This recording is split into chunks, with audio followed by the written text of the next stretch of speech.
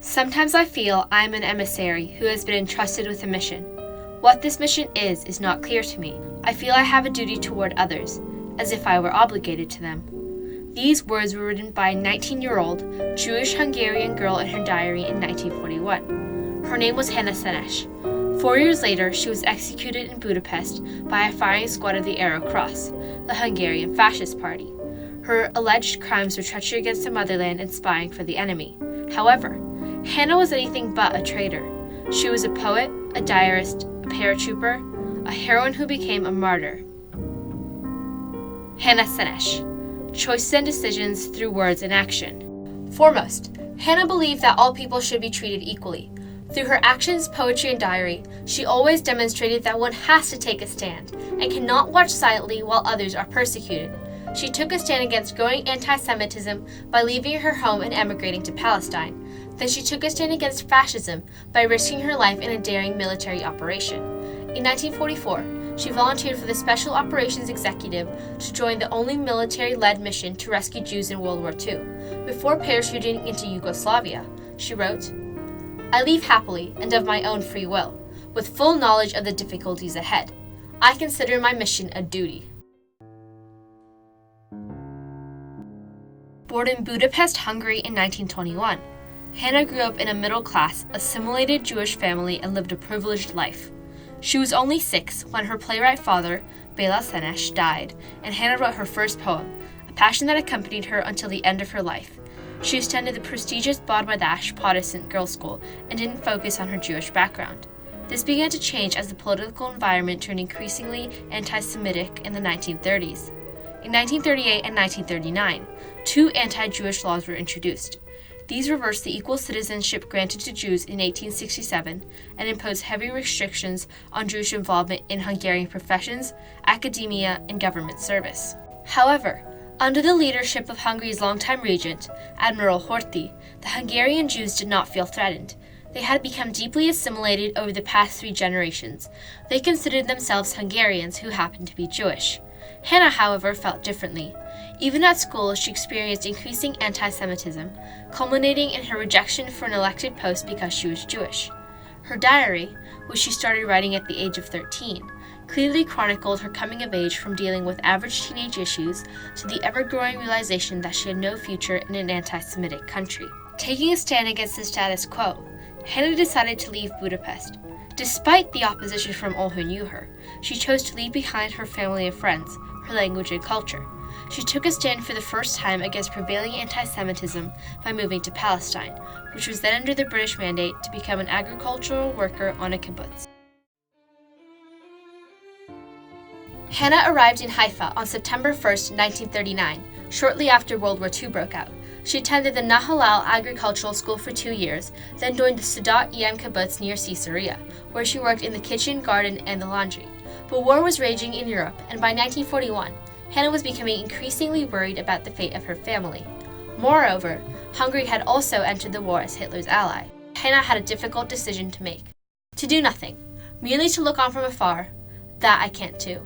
By 1943, the first Jewish refugees from Poland were arriving in Palestine, and the horrifying news of the liquidation of the Warsaw Ghetto and the widespread killing of Jews started to spread. In 1943, when the Allied Air Command was bombing an oil refinery complex in Ploiești, Romania, hundreds of Allied airmen were shot down and captured. Realizing they needed better intelligence, the British approached the issue of looking for immigrants from Eastern Europe for a clandestine operation. I have to go to Hungary. Hannah decided to join the SOE with 32 others. The British trained her as a wireless operator and a parachutist, and she put on the uniform of a lieutenant. The mission was to parachute behind enemy lines, rescue downed British airmen, help organize resistance against the Axis, and to rescue Jews. This was a time when Hannah again took a stand against fascism by making the fateful decision to risk her life and go back to Hungary. There is absolutely no question but that I must go. I see everything that has happened to me so far as a preparation and training for the mission ahead. On March 14, 1944, Hannah parachuted into Yugoslavia, and she was supposed to go to Hungary from there. However, on March 19th, under the codename Operation Margareta I, Hitler occupied Hungary in order to block Admiral Horthy's secret negotiations to surrender to the Allies. Yet again, Hannah had a difficult choice to make. The other parachutists told her to wait because crossing the border now was too risky, but Hannah could only think about her purpose, to rescue her fellow Jews. Through her actions, she made it clear that even though her mission may not be successful, it is a moral imperative to help those who are being persecuted. Her fellow paratrooper, Reuven Daphne, said, "We parachutists were not supermen, nor superwomen. None of us was unique except perhaps Hannah. She was different. She was fearless, dauntless, stubborn. A girl who dreamed of being a heroine, and who was a heroine." On June 9th, Hannah chose to cross the border into Hungary. She was swiftly captured and was arrested carrying the transmitter, which gave away her mission. The Gestapo and the Hungarians repeatedly interrogated her, and she was brutally tortured and beaten. But yet again, Hannah stood up against her interrogators and chose not to give up the radio codes, nor any details of her mission, not even when they threatened to kill her mother. The next 5 months, Hannah spent in various different prisons in Budapest. In one of them, her bed was next to that of Mrs. Vera Lajtai, who is now 96 years old. Egy cél volt, hogy a háború ellen, és hát a fasizmus ellen. Antifasiszta volt. A zsidókat akarta megmenteni. Hannah's life was defined by two major decisions, to leave and return to Hungary.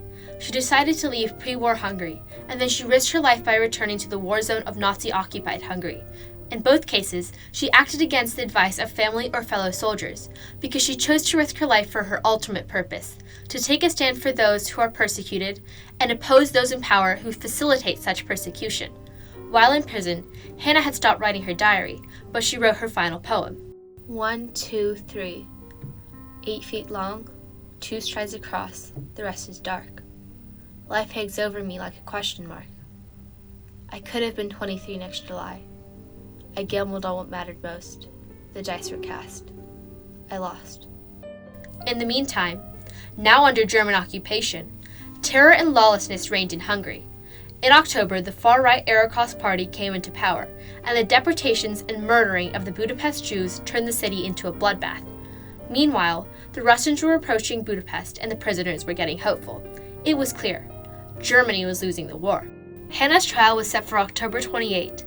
Determined as ever, she maintained her innocence and accused the judges of being the guilty ones, the murderers. In a spirited speech, Hannah stood up to the judges and told them that one day, they would be on trial for all the murders they had committed. No verdict was announced that day. On a November morning, however, És úgy emlékszem arra a napra, amikor elvitték kivégezni, és nem volt se tárgyalás előtte, szóval teljesen váratlanul ért. Ahogy jöttek ilyen hirtelen, hogy azonnal menjen, és ne vigyen semmit. És aztán többet nem jött vissza. Nagyon meggyászoltuk. Even when facing death, Hannah had the courage to stand up to her executioners, and when offered clemency, she chose to reject it. A pardon? From you? I will not beg murderers and hangmen. I will not ask for mercy from you. When offered a blindfold, she chose to refuse it. Hannah was executed in the Margit Boulevard prison on November 7th, 1944. She was 23 years old. Egy nagyszerű ember volt, egy fiatal lány, aki élete kezdetén volt, és a tervei voltak. Az eltársak mondták, hogy nagyon bátran halt meg. In 1951, Hannah's body was returned to Israel, and she was buried with full military honors on Mount Herzl. She's a national hero and a legend in Israel, with numerous streets named after her, and her diary and poems have been translated into more than 20 languages. Her poem, Eli Eli, is sung across the world to remember the victims of the Holocaust. Had Hannah's mission been successful, perhaps she would have been remembered as a Raoul Wallenberg or an Oskar Schindler, but her military mission was a failure. However, Hannah is remembered for the stand which she took against persecution and the selfless personal risks that she underwent. Even if I hadn't been born Jewish, I would support the Jewish people, because if any people are treated with such awful injustice, we have to help them by any means we can. Her poetry and diary have kept her alive through her words. There are stars whose radiance is visible on earth, though they have long been extinct. There are people whose brilliance continues to light the world, even though they are no longer among the living. They light the way for humankind. No one knows what inspired Hannah to write this, nor that one day these words would perfectly describe her life. Her legacy are her words and actions through her choices and decisions.